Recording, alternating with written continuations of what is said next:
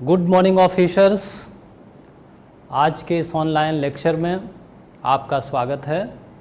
मैं GTRI से deputy director विजय कटियार। आज हम लोग चर्चा करते हैं एक बहुत ही महत्वपूर्ण विषय, दीवानी विधि से संबंधित है। और ये महत्वपूर्ण विषय ऐसा है कि ये हमारे जो नए ऑफिसर्स इस सेवा में जिन्होंने प्रवेश किया है, चाहे सिविल जज जूनियर डिवीज़न के रूप में प्रवेश किया हो और चाहे HGS कैडर में उन्होंने प्रवेश किया हो, दोनों के लिए ये समान रूप से महत्वपूर्ण है। तो आइए हम लोग ये देखते हैं कि आज का विषय ये क्या है। आप देखते हैं कोई भी जो सूट होता है, उस सूट के अगर हम देखें तो कुछ बेसिक एलिमेंट्स होते हैं। तो आइए सबसे पहले तो हम ये देखते हैं किसी सूट के जो बेसिक एलिमेंट्स होते हैं वो कौन कौन से होते हैं।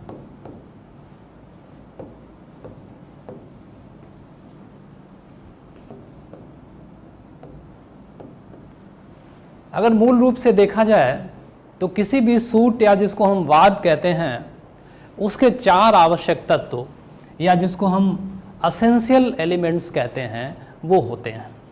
अब देखते हैं कि भाई ये कौन कौन से चार एलिमेंट्स हैं किसी भी सूट के। पहला होता है जिसको हम पार्टीज कहते हैं। दूसरा बड़ा महत्वपूर्ण होता है जिसको हम कॉज ऑफ एक्शन कहते हैं।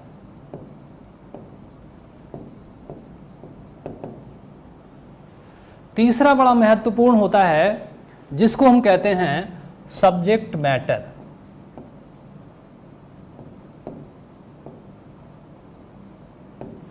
और चौथा आवश्यक तत्व होता है जिसको हम कहते हैं रिलीफ। ऑफिसर्स, ये चार बेसिक जो एसेंशियल एलिमेंट्स होते हैं वो किसी भी सूट के होते हैं। अब देखिए, आज हम लोग जिस पे चर्चा करने के लिए इकट्ठे हुए हैं उनमें से एक बहुत ही इम्पॉर्टेंट जो एलिमेंट्स है वो है पार्टीज। तो आज के जो इस लेक्चर में हम लोग चर्चा करेंगे वो पार्टीज टू सूट की चर्चा करेंगे। आइए देखते हैं कि इसके प्रोविजंस कहाँ कहाँ हैं और इसका कॉन्सेप्ट क्या है। इसके बाद इसकी जो प्रैक्टिकल प्रॉब्लम्स आपके सामने आएंगी वो क्या क्या हो सकती हैं, उनके क्या सॉल्यूशंस हो सकते हैं। आइए हम लोग ये देखने का प्रयास करते हैं। अगर आप पार्टी टू सूट्स की बात करें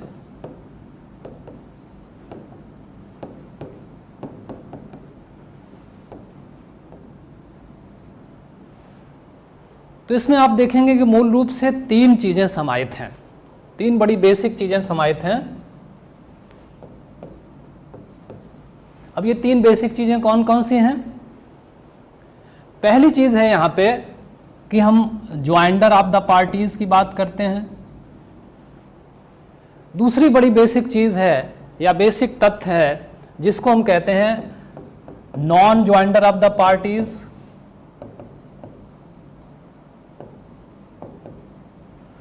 और तीसरी जो महत्वपूर्ण चीज या तथ्य है वो है miss joinder of the parties. यानी कि मौलिक रूप से अगर पार्टीज टू सूट की हम बात करें तो ये तीन बेसिक तथ्यों का ज्ञान या इसकी संकल्पना का ज्ञान आपको होना चाहिए। यानी कि ज्वाइंडर ऑफ द पार्टीज कि कौन कौन पक्षकार के रूप में संयोजित हो सकते हैं। पक्षकारों में दोनों पक्ष इंक्लूड होते हैं, चाहे वो वादी हो चाहे प्रतिवादी हो, यानी कि चाहे वो प्लेंटिफ हो या डिफेंडेंट हो। इसी प्रकार से आप देखेंगे भाई नॉन ज्वाइंडर का मतलब ये होता है कि जो वास्तव में पक्षकार होना चाहिए, चाहे वो वादी के रूप में या प्रतिवादी के रूप में, उसको पक्षकार नहीं बनाया गया है। तीसरी परिस्थिति ये हो सकती है कि miss joinder of the parties कि किसी ऐसे व्यक्ति को पक्षकार बना दिया गया है वादी या प्रतिवादी के रूप में जिसको नहीं बनाया जाना चाहिए। तो आपने ये देखा कि भाई जो पार्टीज टू सूट हैं इसमें हम तीन बेसिक चीज़ों की स्टडी करेंगे। ये कौन कौन सी तीन बेसिक चीज़ें हैं? Joinder, non joinder and miss ज्वाइंडर्स। अब हम आप लोग ये देखते हैं आगे चल के कि भाई इसकी इन तीनों की संकल्पना क्या है, किस आधार पर हम किसी व्यक्ति को पक्षकार के रूप में संयोजित करते हैं और किस व्यक्ति को पक्षकार के रूप में संयोजित नहीं करते हैं, इसे हम लोग देखने का प्रयास करते हैं। तो आपने देखा कि भाई बेसिक 3 चीजें आपने देखी। क्या देखा? अगर हम इसको शॉर्ट में कहें, एक तो ज्वाइंडर, एक नॉन ज्वाइंडर और तीसरा मिस ज्वाइंडर। ये 3 चीजें आपने देखी।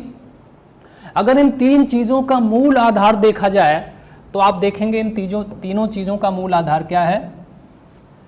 इन तीनों चीजों का मूल आधार है राइट टू रिलीफ। क्या है? Right to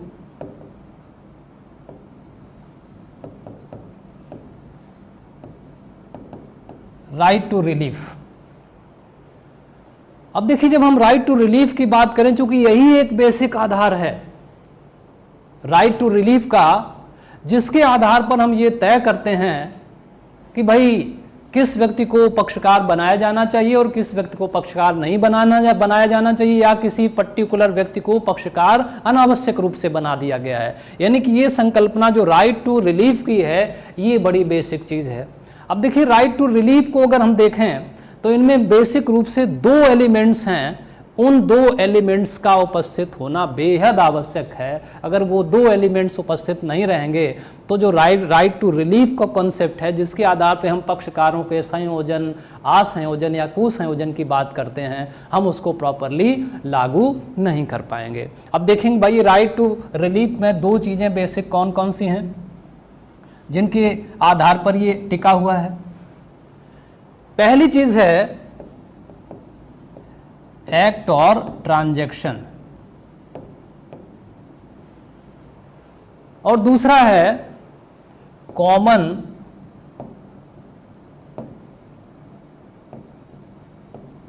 question of law and fact.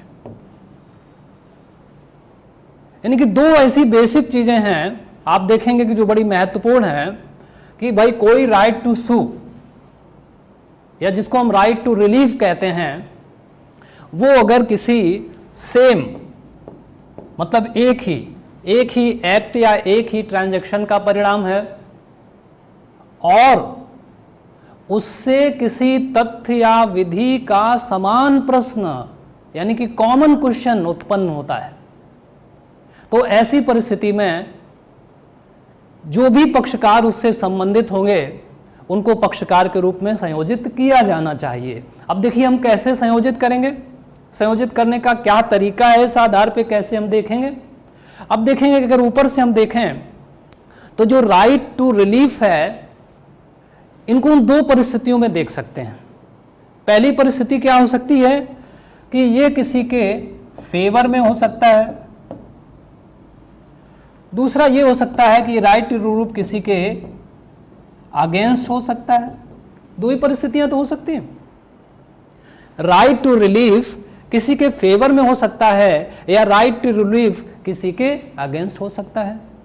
अब देखिए, जब हम फेवर की बात करते हैं तो किसकी बात करेंगे? प्लेंटिफ्स के संयोजन की बात करेंगे, और जब हम अगेंस्ट की बात करेंगे तो हम डिफेंडेंट के संयोजन, को संयोजन या ज्वाइंडर जो भी कहें उसकी बात करेंगे। अब देखिए, अगर इस डायग्राम को आप देखेंगे तो इसके आधार पे आपका ये कॉन्सेप्ट एकदम क्लियर हो जाएगा कि किस पक्षकार को वादी के रूप में संयोजित किया जाना चाहिए और किस व्यक्ति को प्रतिवादी के रूप में संयोजित किया जाना चाहिए। ये आप इसी से देखें कि आप यहाँ देखें कि देखिए, तीनों कॉन्सेप्ट हैं यहाँ पे, joinder, non joinder, miss joinder.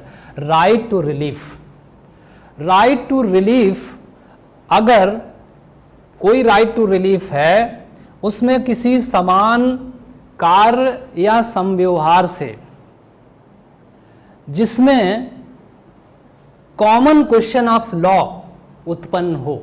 अगर मान लीजिए संयुक्त रूप से या अगर पृथक रूप से कोई वाद लाया जाए तो समान क्वेश्चन या कॉमन क्वेश्चन ऑफ लॉ और फैक्ट का अराइज हो, उत्पन्न हो, और अगर ऐसा एक्ट या कॉमन क्वेश्चन ऑफ लॉ किसी के फेवर में हो तो वो प्लेंटिफ के रूप में संयोजित किया जाएगा। जिन जिन के फेवर में होगा उनको प्लेंटिफ के रूप में संयोजित किया जा सकेगा।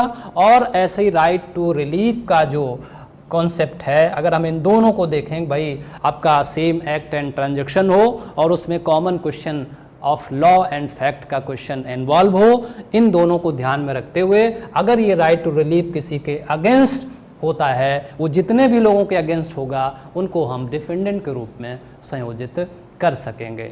तो आपने देखा कि ये जो डायग्राम है ये एक बेसिक डायग्राम है जिसके आधार पर आप ये तय कर सकते हैं कि हम कैसे कैसे इसको आगे बढ़ेंगे। अब आप देखेंगे भाई इसका प्रोविजन कहाँ है, इसका ऑर्डर 1 रूल 1 में है, और इसका प्रोविजन कहाँ है जब डिफेंडेंट की बात करें, ऑर्डर 1 रूल 3 में है, यानी कि 113। ये कॉन्सेप्ट आपको याद रखना होगा 113 याद रखने के लिए। ऑर्डर 1 हो गया, रूल 1 और रूल 3।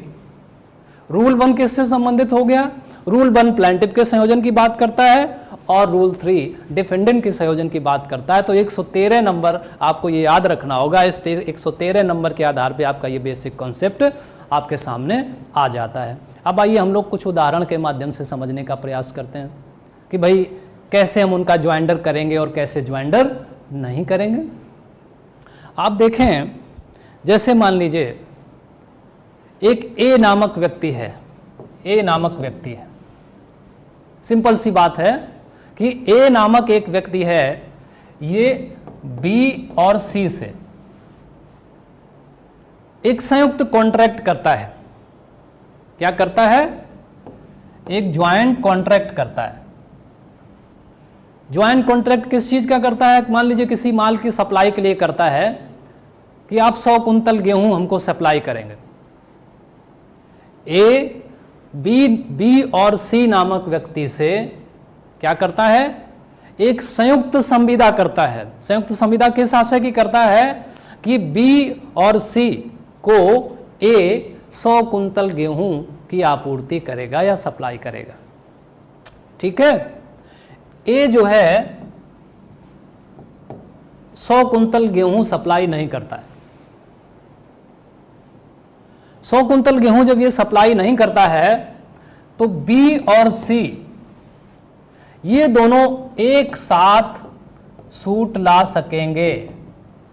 एक साथ सूट क्यों ला सकेंगे, देखिए अभी हमने यहां पढ़ा, अगर इससे हम इसको जोड़ें तो ये कह सकते हैं क्यों, क्योंकि ये जो ट्रांजैक्शन था, ये जो संव्यवहार था ए बी और सी के बीच में, ये कैसा था, एक ही संव्यवहार था, अलग अलग संव्यवहार नहीं था। ए ने एक साथ किया बी और सी के साथ में, यानी कि संव्यवहार कैसा था, एक साथ था, एक ही साथ उत्पन्न हुआ।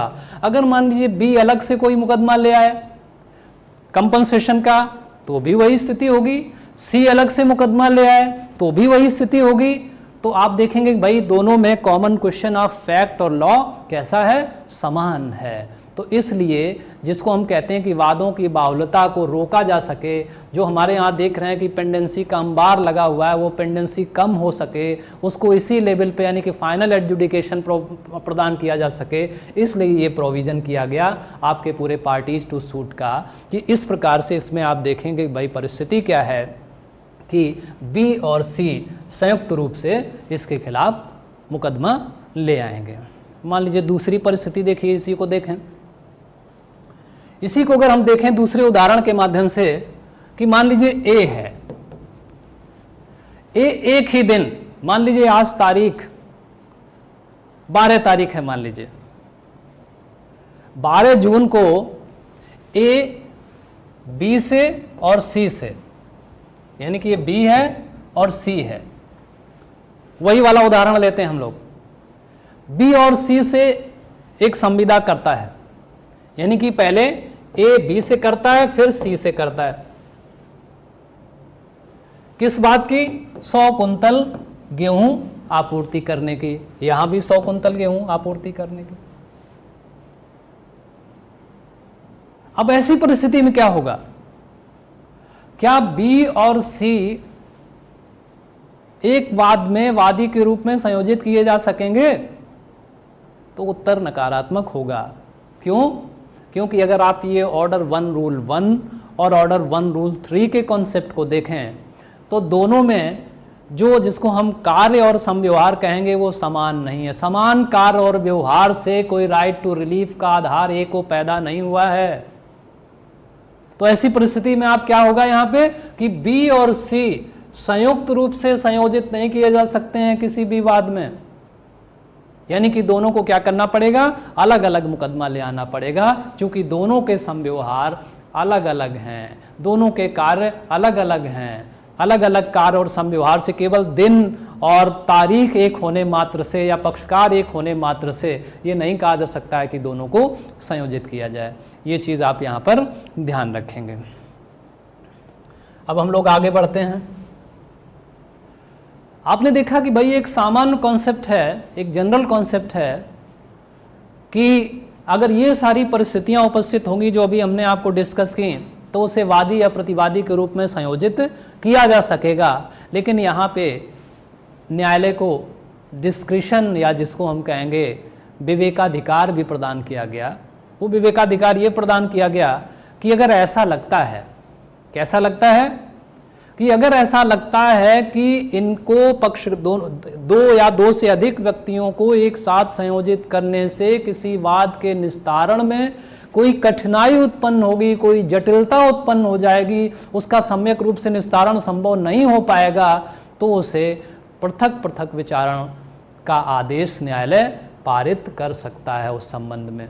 ये आप यहाँ पर ध्यान रखेंगे। तो अभी आपने ये देखा कि भाई कैसे हम किसी को ज्वाइन करेंगे, यानी कि कैसे ज्वाइंडर ऑफ द पार्टीज होगा, और कैसे आप देखेंगे कि नॉन ज्वाइंडर और मिस ज्वाइंडर होगा। अब देखिए नॉन ज्वाइंडर और मिस ज्वाइंडर के बारे में वही दो कॉन्सेप्ट आप याद रखेंगे कि जो दो कॉन्सेप्ट ऑर्डर 1 रूल 1 और 1 रूल 3 में हैं, उनमें जो दो कंडीशंस हैं वो एक साथ होनी चाहिए, वैकल्पिक नहीं है, वो ध्यान रखेंगे।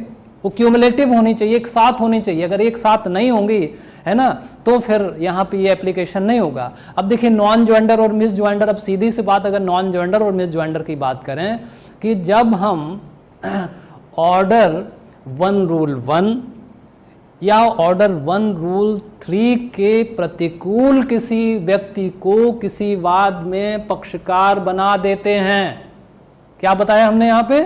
दो चीजें बताई कि ऑर्डर 1 रूल 1, ऑर्डर 1 रूल 3, इसके कैसे? कंट्रावेंशन में। कंट्रावेंशन मतलब इसके प्रतिकूल, ये जो विधि के प्रावधान किए गए, इन विधि के प्रावधानों के प्रतिकूल अगर किसी भी व्यक्ति को किसी वाद में वादी या प्रतिवादी के रूप में संयोजित कर दिया जाता है, तो उसको हम क्या कहते हैं? Miss joinder of the parties कहते हैं। क्योंकि उनकी आवश्यकता नहीं थी, उनकी जरूरत नहीं थी।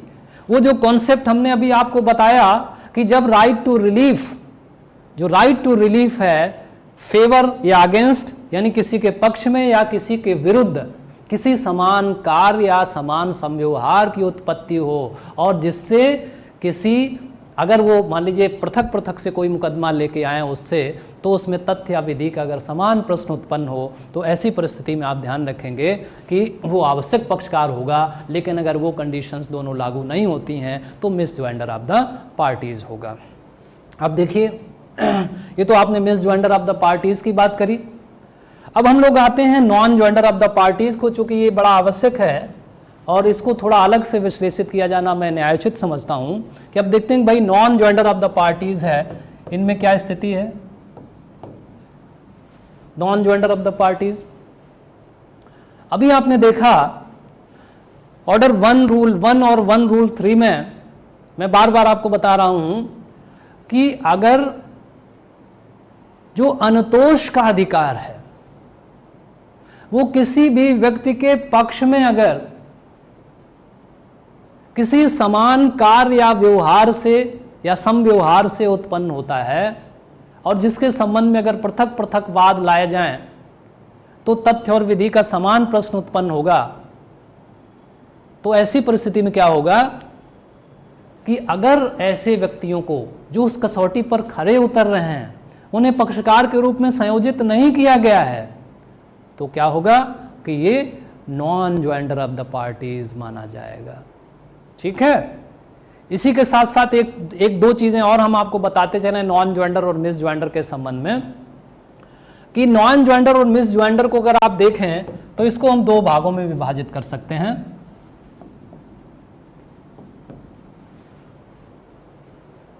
एक तो नेसेसरी पार्टी के रूप में और एक प्रॉपर पार्टी के रूप में, यही दो खंड तो हो सकते हैं। नॉन ज्वाइंडर ऑफ पार्टीज की अगर हम बात करें तो पहला खंड ये हो सकता है कि जो नेसेसरी पार्टी यानी कि ऐसे आवश्यक पक्षकार या ऐसा जिसको हम असंयोजन कहते हैं जो आवश्यक है, और ऐसा असंयोजन पक्षकारों का जो आवश्यक तो नहीं है लेकिन उचित है, प्रॉपर है, जिनको होना चाहिए। तो बारी बारी से हम लोग ये समझने का ये प्रयास करते हैं कि जो नेसेसरी पार्टीज हैं ये किनको कहेंगे और जो प्रॉपर पार्टीज हैं वो किनको कहेंगे। आपने देखिए अक्सर आप लोग लॉ करके आए हैं, सारी चीज़ें आप पढ़ के आए हैं, लेकिन हम यहाँ प्रैक्टिकली आपको ये बताने का प्रयास करेंगे कि भाई कौन आवश्यक पक्षकार होगा, कौन आवश्यक पक्षकार नहीं होगा। जैसे मान लीजिए एक उदाहरण देते हैं आपको। एक मान लीजिए स्पेसिफिक परफॉर्मेंस का, किसकी मैं बात कर रहा हूं, एक स्पेसिफिक परफॉर्मेंस का कोई मुकदमा या कोई सूट किसी न्यायालय में फाइल किया जाता है। ए नामक व्यक्ति बी नामक व्यक्ति के विरुद्ध स्पेसिफिक परफॉर्मेंस का एक मुकदमा फाइल करता है। ए नामक व्यक्ति बी नामक व्यक्ति के विरुद्ध क्या करता है, स्पेसिफिक रिलीफ एक्ट के तहत स्पेसिफिक परफॉर्मेंस का मुकदमा फाइल करता है। इसके बाद एक इसमें एप्लीकेशन आती है एक थर्ड पार्टी की तरफ से। वो थर्ड पार्टी ये कहती है कि साहब ये जो बी नामक व्यक्ति है इसने हमको आपके साथ जो विक्रय करार किया उसके बाद एक विक्रय करार इसने हमको कर दिया है, एग्रीमेंट टू सेल जिसको कहते हैं, मुआहदा व्यय जिसको कहते हैं, हमारे पक्ष में निष्पादित कर दिया और वो आता है कि साहब हमको पक्षकार बना लिया जाए। तो वहां जो थर्ड पर्सन आया हुआ है जो कह रहा है कि भाई पश्चातवर्ती अनुक्रम में हमारे साथ इसने एग्रीमेंट टू सेल कर दिया है इसलिए हमको पक्षकार बना लिया जाए, तो क्या वो आवश्यक पक्षकार होगा? नहीं, ऐसा जो थर्ड पर्सन होगा वो आवश्यक पक्षकार नहीं होगा। इसमें माननीय उच्चतम न्यायालय की एक बड़ी फेमस रूलिंग है, अभी 2009 की है, उसको आप पढ़िएगा। 2009 की जो रूलिंग है उसमें ये कहा गया है कि भाई अगर कोई थर्ड पार्टी आता है और ये कहता है कि भाई पश्चातवर्ती हमको कोई एग्रीमेंट टू सेल कर दिया गया है तो वो आवश्यक पक्षकार नहीं होगा। आवश्यक पक्षकार वो क्यों नहीं होगा?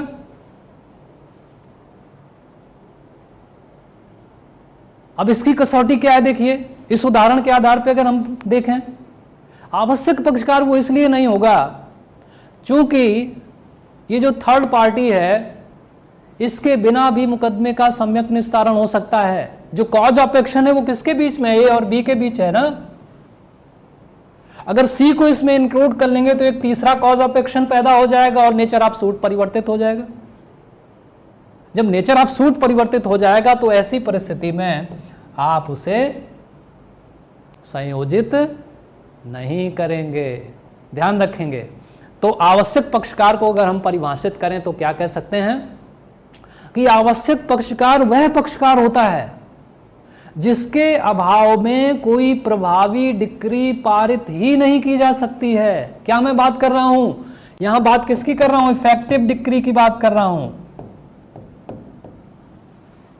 इफेक्टिव डिक्री की बात मैं कर रहा हूं ना। क्या कहता है ये आवश्यक पक्षकारों की अगर हम बात करें, आवश्यक पक्षकार वह पक्षकार होगा जिसके अभाव में यानी कि जिसकी अनुपस्थिति में कोई भी प्रभावी डिक्री पारित नहीं की जा सकती है। अब देखिए अगर हम उचित पक्षकार की बात करें दूसरे दृष्टिकोण से,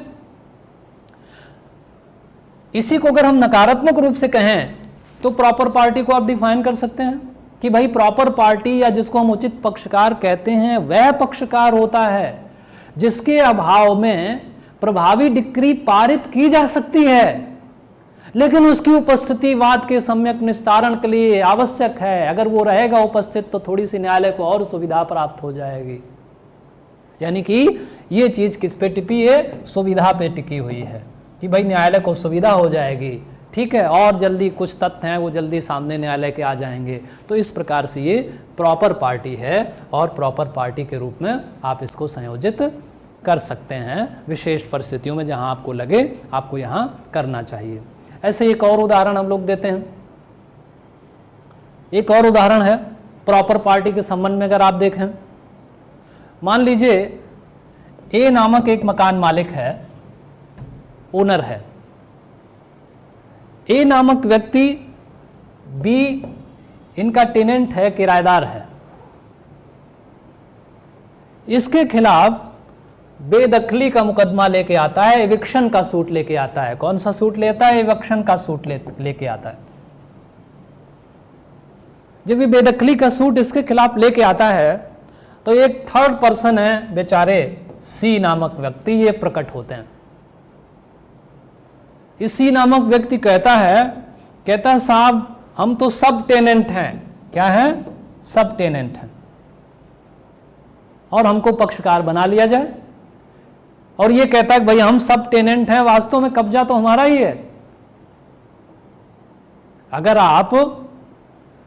अगर आप इनके खिलाफ इविक्शन की डिक्री पारित हो जाएगी तो सब बेदखल तो हम हो जाएंगे। तो यहां न्यायालय ने कहा, हमारे जो अपेक्स कोर्ट हैं या जो हमारे कोर्ट्स ऑफ रिकॉर्ड्स हैं, उन्होंने कहा कि जो सब टेनेंट है ऐसी परिस्थिति में आवश्यक पक्षकार नहीं है, लेकिन उचित पक्षकार है। उसे अगर हम पक्षकार के रूप में संयोजित कर लेंगे तो हमको और सुविधा रहेगी। तो यहां इस उदाहरण से ये तय हो गया कि भाई कौन सा आवश्यक पक्षकार है, कौन सा उचित पक्षकार है। अब देखते हैं 2-3 कॉन्सेप्ट और जानते हैं इसी के संबंध में। आप पहले ऑर्डर 1 रूल 9 को देखें और सेक्शन 99 को देखें। इन दोनों प्रोविजंस को देखें तो ये दोनों प्रोविजंस क्या कहते हैं कि नॉन ज्वाइंडर और miss joinder of the parties के आधार पर कोई भी वाद विफल नहीं होगा।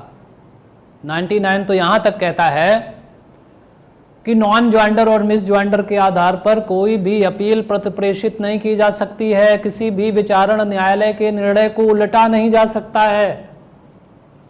लेकिन वहां एक चीज छोटी सी जोड़ी गई, क्या कि अगर वो आवश्यक पक्षकार है तो ऐसे संबंध में ये ऑर्डर 1 रूल 9 एंड 1 रूल 99 में जो सामान्य कॉन्सेप्ट है वो लागू नहीं होगा।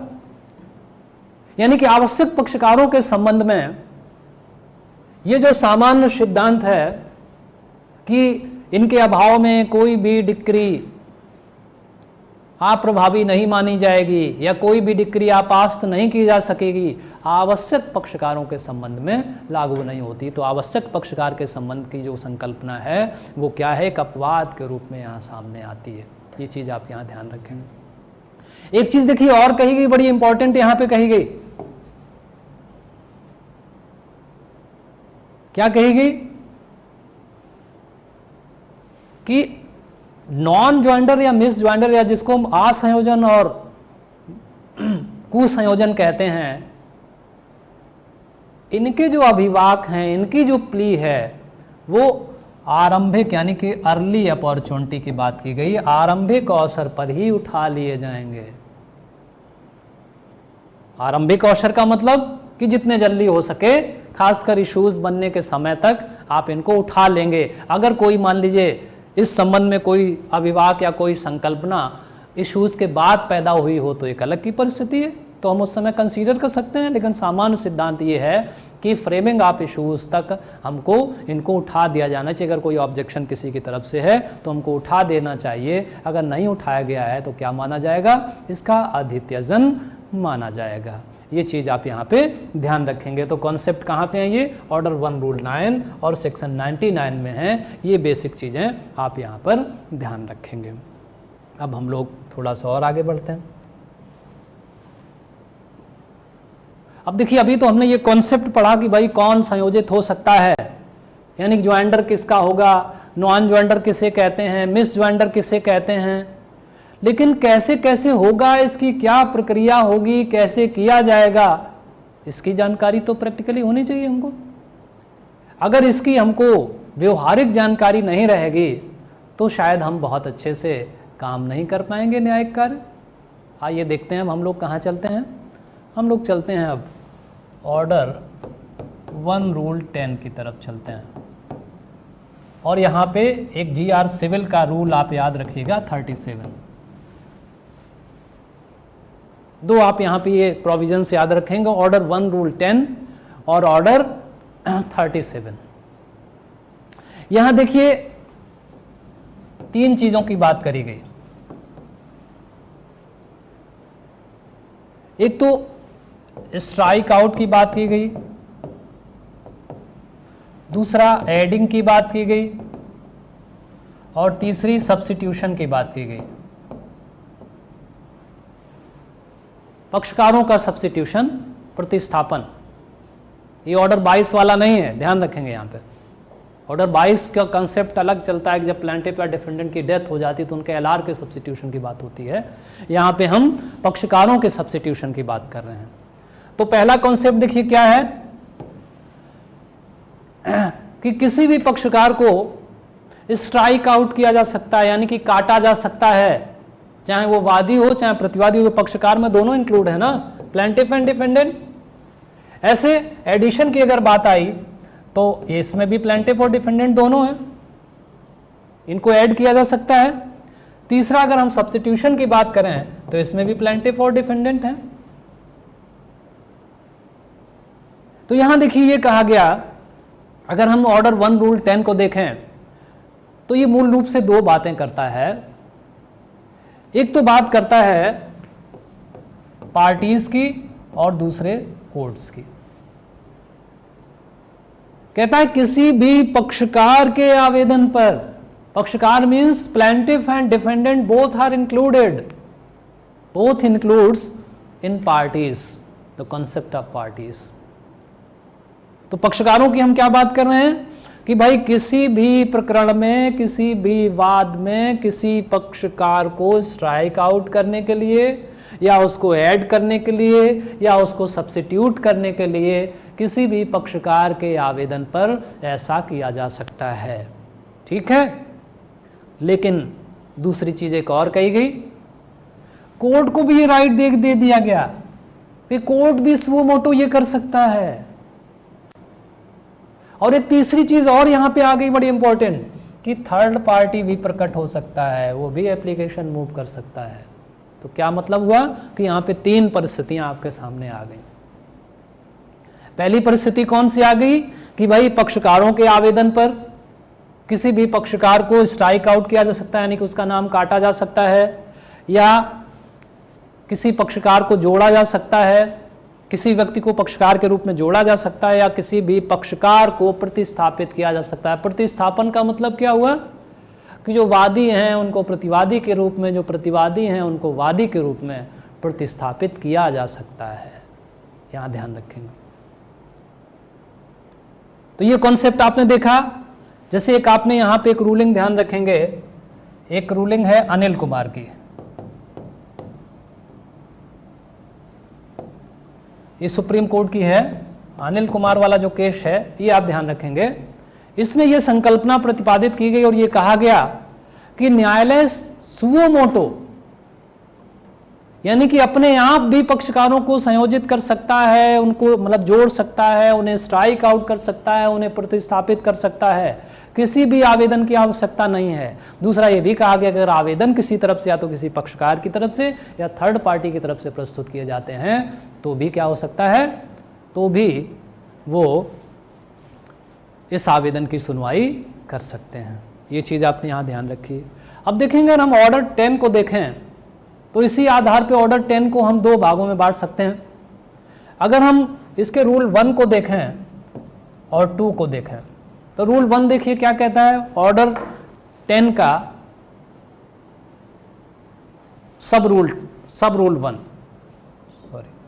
ऑर्डर 1 रूल 10 का सब रूल जो 1 है वो देखिए क्या कहता है, या खंड जो 1 है वो देखिए क्या कहता है।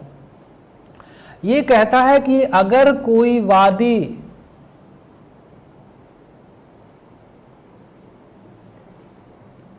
सद्भाव पूर्वक यानी बोनाफाइडली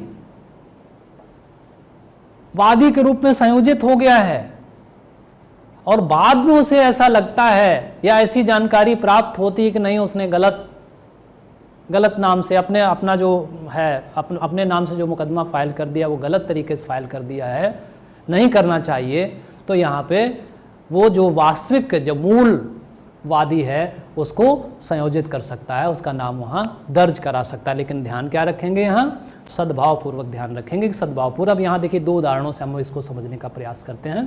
क्या होना चाहिए, सद्भावपूर्वक होना चाहिए। पहली कंडीशन कि मान लीजिए एक ए नामक व्यक्ति क्या है, एजेंट है, किसका, बी का एजेंट है। ए ने गुड फेथ में मामला, चूंकि जो प्रिंसिपल है वो बी है, मुकदमा फाइल करना चाहिए उसे बी के नाम से, ये दिखाते हुए, द्वारा करके, ऐसे ऐसे करते हुए कि भाई हम इसके अभिकर्ता हैं, एजेंट हैं, हमको प्राधिकृत कर दिया गया है इसको संचालित करने का।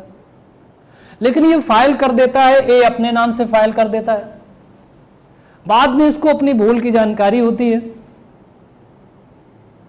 जब बाद में से अपने भूल की जानकारी होती है तो ऐसी भूल दुरुस्त की जा सकती है, क्योंकि देखने से ही लग रहा है कि ये भूल कैसी है, सद्भाविक भूल है। उसे करना किसके नाम पे चेक चाहिए था, जो प्रिंसिपल है, ये तो एजेंट मात्र है ना, ये प्रिंसिपल है, प्रिंसिपल के नाम पे उसे करना चाहिए था। द्वारा आपने करते हुए भाई हमको प्राधिकार ऐसे ऐसे प्रदान किया गया है, तो ये भूल कैसी है, ये क्यूरेबल है ना, इसका उपचार उपलब्ध है, इसे दुरुस्त किया जा सकता है।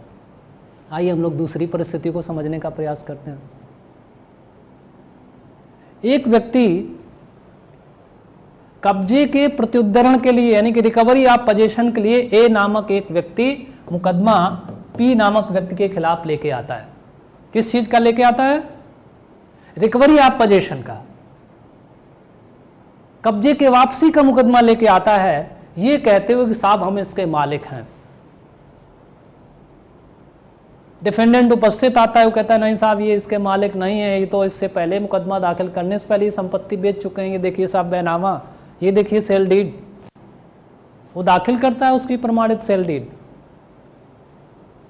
अपने प्लेंट में भी सब जगह यही लिखता है कि हम मालिक हैं, कहीं भी वो ये नहीं बताता है कि साहब हमने इसका अंतरण कर दिया है, हमने इसका बैनामा कर दिया है। इसके बाद वो एप्लीकेशन लेके आता है 110 की और कहता है कि साहब इसको भी पक्षकार बना लिया जाए, इसके नाम से होना चाहिए, साहब इसको वादी के रूप में संस्थापित कर, इस हमारे स्थान पे इसको जोड़ा जाना चाहिए, या हमारे साथ साथ इसको जोड़ दिया जाए, ये प्रेयर करता है। तो कोर्ट ने कहा नहीं। क्यों? क्योंकि ये जो मुकदमा आप लेके आए थे ये बोना फाइडी लेके नहीं आए थे, आपने तथ्यों को न्यायालय से कंसील किया, छिपाया, इसलिए आपको ये अनुज्ञा प्रदान नहीं की जा सकती है और उसका सूट फेल हो जाएगा। तो ये तो आपने देखा कॉन्सेप्ट आपने इसके बारे में कि भाई कैसे हम स्ट्राइक आउट करेंगे, कैसे एडिंग करेंगे, कैसे ये करेंगे। ठीक है, ये चीज़ आपने ध्यान दी। दूसरा आप देखेंगे इसी में जो दूसरा पार्ट है, दूसरा पार्ट ये कहता है कि भाई किसी पक्षकार के आवेदन पर कार्यवाही के किसी भी स्तर पर, यानी कि अपील के स्तर पर भी हो सकता है, ये ध्यान रखेंगे, कार्यवाही के किसी भी स्तर पर, यानी कि या तो विचारण न्यायालय में या अपीलेट स्टेज, किसी भी स्टेज पर किसी भी पक्षकार को जो आवश्यक या उचित पक्षकार है, जिसको वास्तव में उसमें पक्षकार के रूप में रहना चाहिए था, उसे या तो पक्षकारों के या किसी तृतीय पक्षकार के आवेदन पर या न्यायालय द्वारा सुओ मोटो पक्षकार के रूप में उनको संयोजित कर सकते हैं। अब हम लोग आते हैं मोटी मोटी ये देखते हैं कि जब हम किसी पक्षकार को स्ट्राइक आउट कर रहे हों या उसे ऐड कर रहे हों या उसको सब्स्टिट्यूट कर रहे हों, तो किन किन प्रिंसिपल्स को हमको अपने दिमाग में ध्यान रखना होगा, किन किन सिद्धांतों को ध्यान रखना होगा। अगर वो सिद्धांत आपके दिमाग में रहेंगे तो आपको बड़ी सुविधा होगी। तो इसके लिए हम क्या करते हैं, हम एक केस लॉ को डिस्कस करने का प्रयास करते हैं। ये केस लॉ कौन सा है? एक आपने केस लॉ पढ़ा होगा, रजिया बेगम, रजिया बेगम वर्सेस अनवर। ये ऑनरेबल सुप्रीम कोर्ट का है। इस केस लॉ को हम लोग बेस बनाते हैं, क्योंकि ये लीडिंग केस लॉ है। इसके बाद जितने भी केस लॉ 2019-20 तक आए हैं उन सब में वही सारे प्रिंसिपल को प्रतिपादित करने का प्रयास किया गया है। तो यहां कुछ प्रिंसिपल्स ऑनरेबल सुप्रीम कोर्ट ने दिए कि जब हम किसी भी पक्षकार को, किसी भी व्यक्ति को पक्षकार के रूप में संयोजित कर रहे हों या उसको काट रहे हों या उसे प्रतिस्थापित कर रहे हों, तो कौन कौन से सिद्धांतों को ध्यान रखना होगा। बारी बारी से हम लोग देखते हैं कि भाई ये कौन कौन से सिद्धांत हो सकते हैं। आइए पहला सिद्धांत हम देखते हैं। पहला सिद्धांत है जिसको हम कहते हैं डोमिनस लिटस।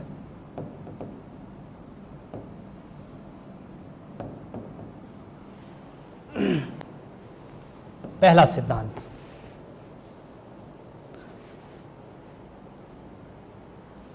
ये देखिए सिद्धांत है क्या डोमिनस लिटस।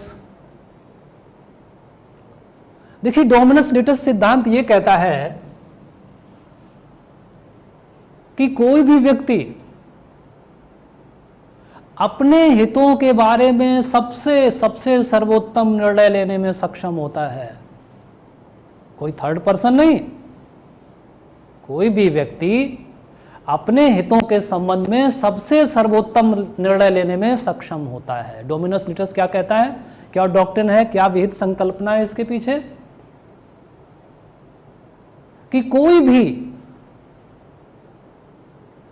भी व्यक्ति अपने हितों के बारे में सबसे सर्वोत्तम निर्णय लेने में सक्षम है, तो हम क्यों टांग अड़ाएं उसमें।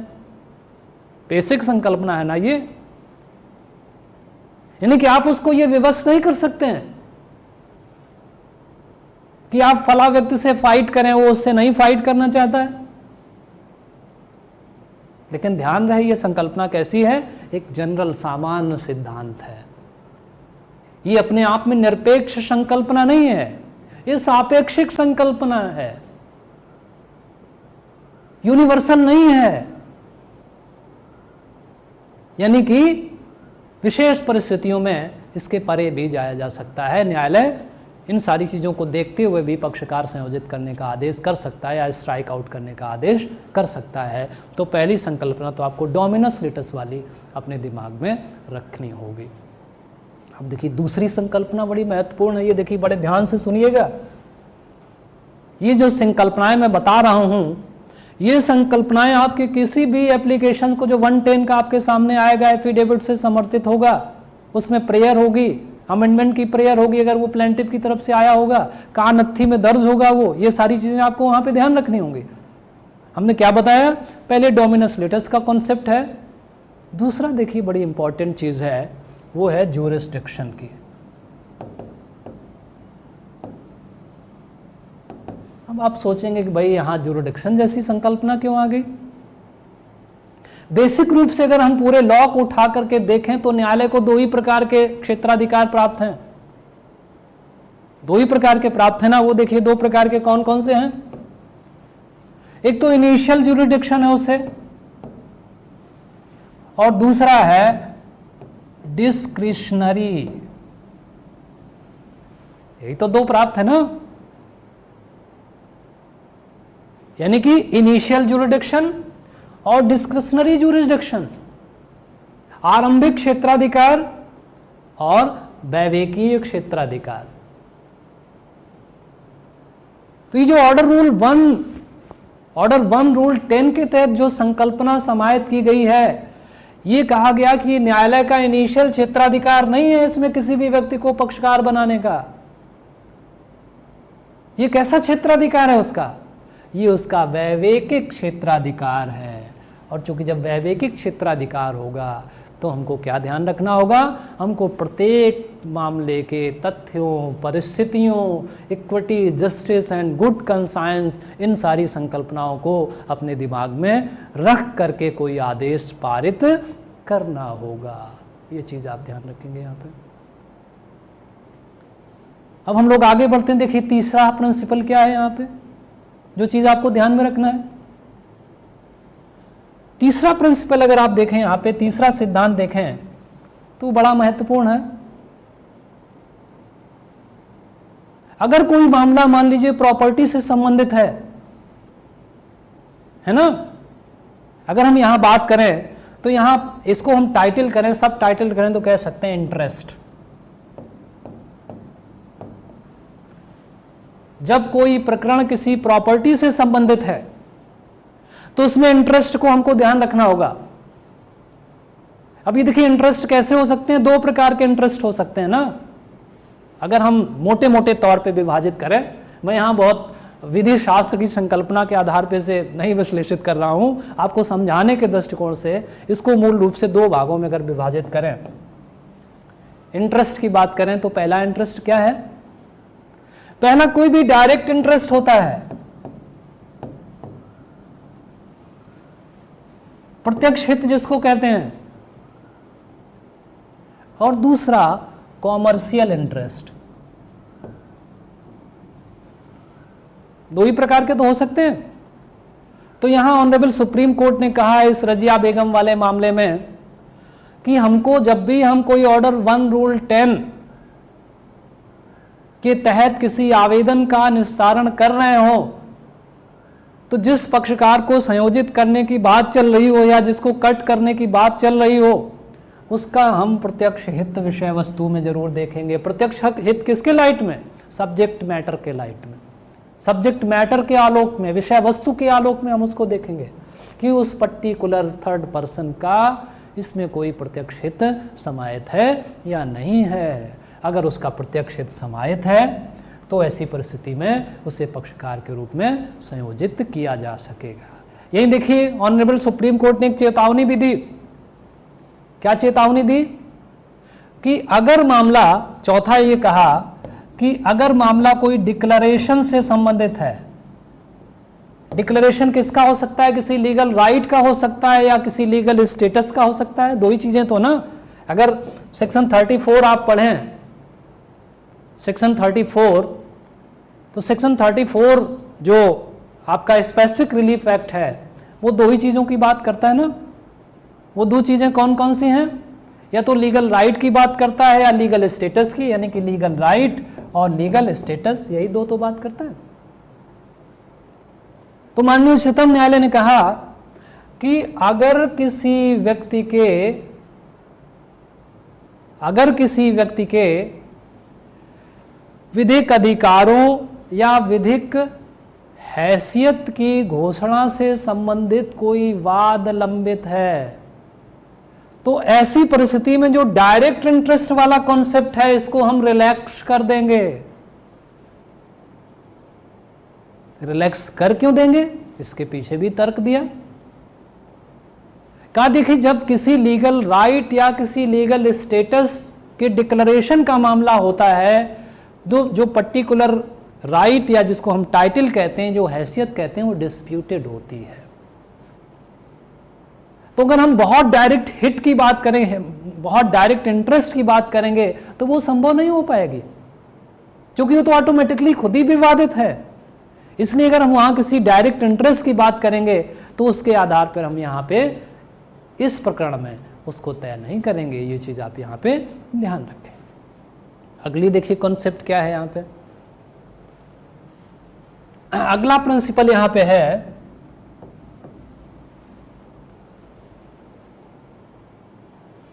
जिसको हम कहते हैं कॉज ऑफ एक्शन या कॉज ऑफ एक्शन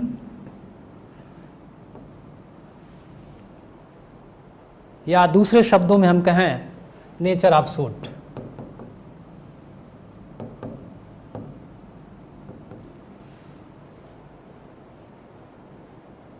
अगर हम कॉज ऑफ एक्शन और नेचर ऑफ सूट है कहा, इसको भी हमको ध्यान में रखना होगा।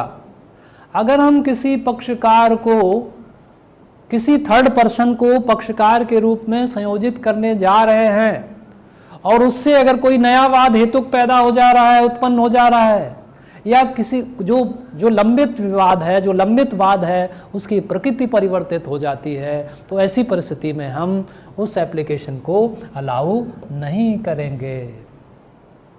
आइए हम लोग दो उदाहरणों के द्वारा समझने का प्रयास करते हैं। मेरे सामने भी ऐसी समस्याएं आई, वो समस्या भी आपके सामने रखते हैं। पहले एक केस लॉ है, उसको हम लोग यहाँ डिस्कस करते हैं उसी लाइट में, उसको उदाहरण को लेकर के चलते हैं, उसके फैक्ट को लेकर चलते हैं। एक रमेश वर्सेस म्यूनिसिपल कॉरपोरेशन का केस है, उदाहरण में आप इसको ध्यान रखेंगे, रमेश वर्सेस म्यूनिसिपल कॉरपोरेशन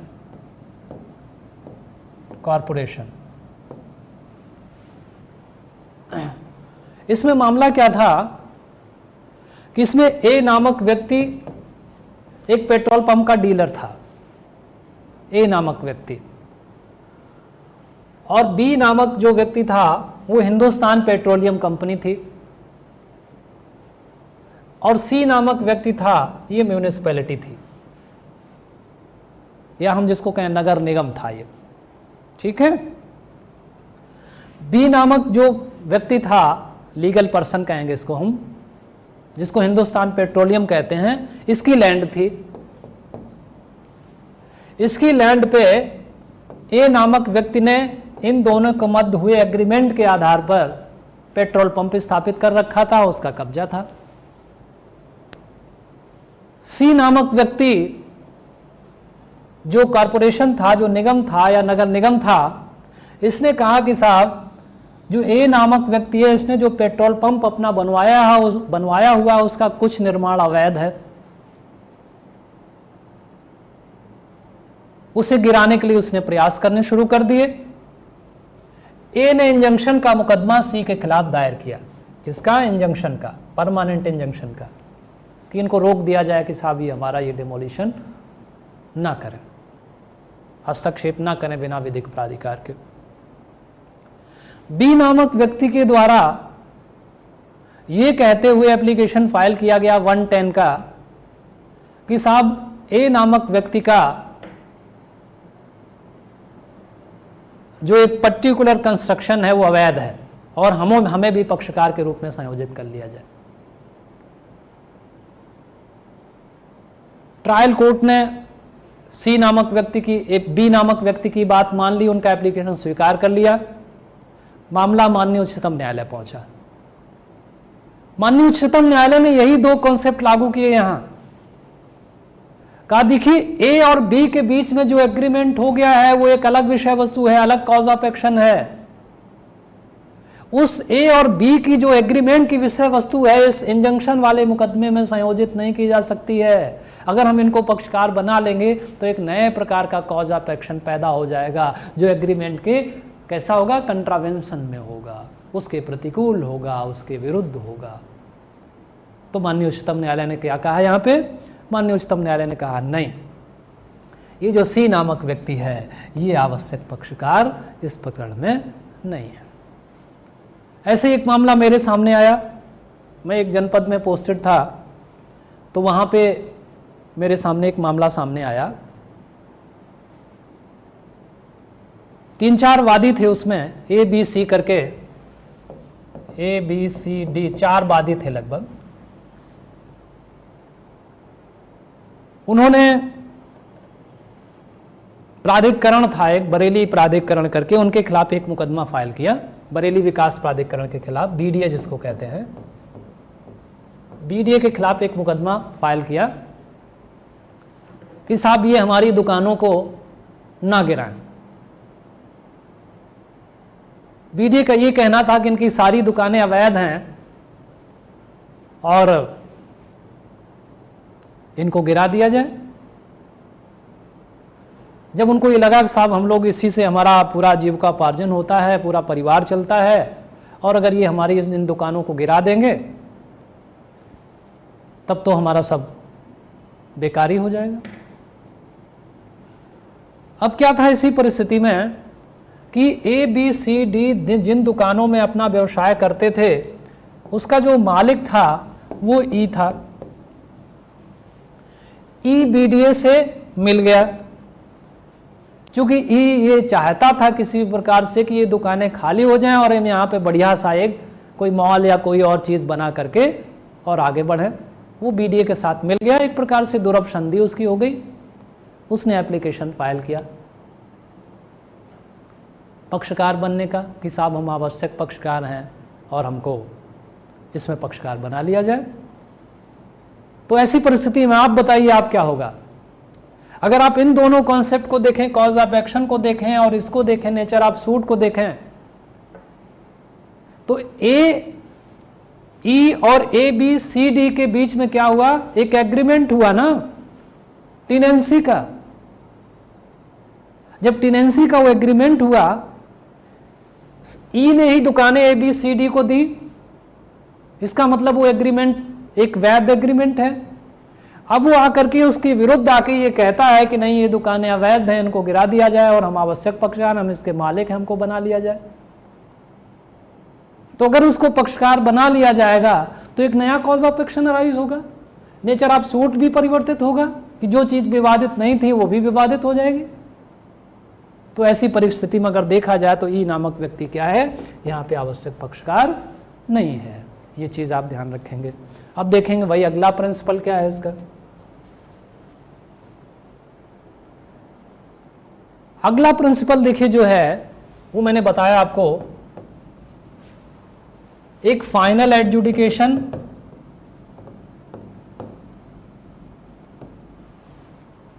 कि भाई पूरा जो आशय हमारा है किसी भी पक्षकार को संयोजित करने के लिए कि मल्टीपलिसिटी ऑफ द सूट्स को रोका जा सके, वादों की बाहुलता को रोका जा सके। क्यों? जिससे कोई भी न्याय निर्णय को, एडजुडिकेशन को फाइनलिटी या अंतिमता प्राप्त हो सके। और ये कभी कब होगा? ये कब होगा? जब सारे पक्षकार उसमें संयोजित हों। जब सारे पक्षकार संयोजित होंगे तभी क्या होगा? तभी इफेक्टिव डिक्री पारित की जा सकेगी, है ना। अगर सारे पक्षकार जो आवश्यक हैं, जिनको वास्तव में बनाया जाना चाहिए, उनको इसमें शामिल नहीं किया गया है तो ये इफेक्टिव डिक्री नहीं मानी जाएगी। तो ध्यान रखेंगे इन सारी संकल्पनाओं के। तो ये आपने मोटे मोटे कुछ प्रिंसिपल्स देखे। अब एक चीज़ का हम लोग और थोड़ा मोटे मोटे तौर पे डिस्कस कर लेते हैं। हालांकि उस पर आपकी एक स्पेशल क्लास चलेगी और उसको हमारे डिप्टी डायरेक्टर श्री रजनीश मोहन वर्मा जी लेंगे। आप देखेंगे कभी आपने देखा कि हम लोग ये बात कर रहे थे कि भाई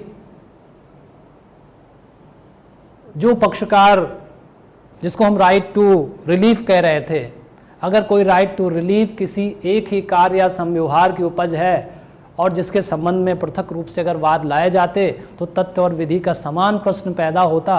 अगर ऐसे पक्षकारों को एक साथ संयोजित ना किया गया और वो आवश्यक पक्षकार हुए तो ऐसी परिस्थिति में प्रभावी डिक्री नहीं मानी जाएगी। ये सारी चीज़ें हमने आपने पढ़ी। इसका एक अपवाद भी है कि बहुत सारी परिस्थितियां ऐसी हो सकती हैं कि जहां पर किसी पर्टिकुलर विषय वस्तु के संबंध में कोई कॉमन इंटरेस्ट हो बहुत सारे लोगों का। जब कॉमन इंटरेस्ट हो जाएगा और वहां अगर हम सारे लोगों को पक्षकार के रूप में संयोजित करने, मान लीजिए हमने उत्तर प्रदेश के आम लोगों के खिलाफ कोई मुकदमा कर दिया, तो उत्तर प्रदेश में तो 30 करोड़ लोग हैं, तो 30 करोड़ लोगों को पक्षकार बनाया जाना संभव नहीं है ना। इसीलिए ऑर्डर 1 रूल 8 में रिप्रेजेंटेटिव सूट्स की बात की गई। ठीक है, तो ये इसका एक अपवाद है जिसमें किसी एक व्यक्ति को जैसे प्राधिकृत किया जाता है, ठीक है, वो जो है सबकी तरफ से मुकदमा कर सकता है या सबकी तरफ से ऐसे मुकदमे का डिफेंस कर सकता है। तो ये आपने पूरी मोटी मोटी संकल्पना पार्टीज टू सूट की देखी और आपने बड़े धैर्य से इस लेक्चर को सुना। इसके लिए आपको बहुत बहुत धन्यवाद। फिर मिलेंगे। नमस्कार।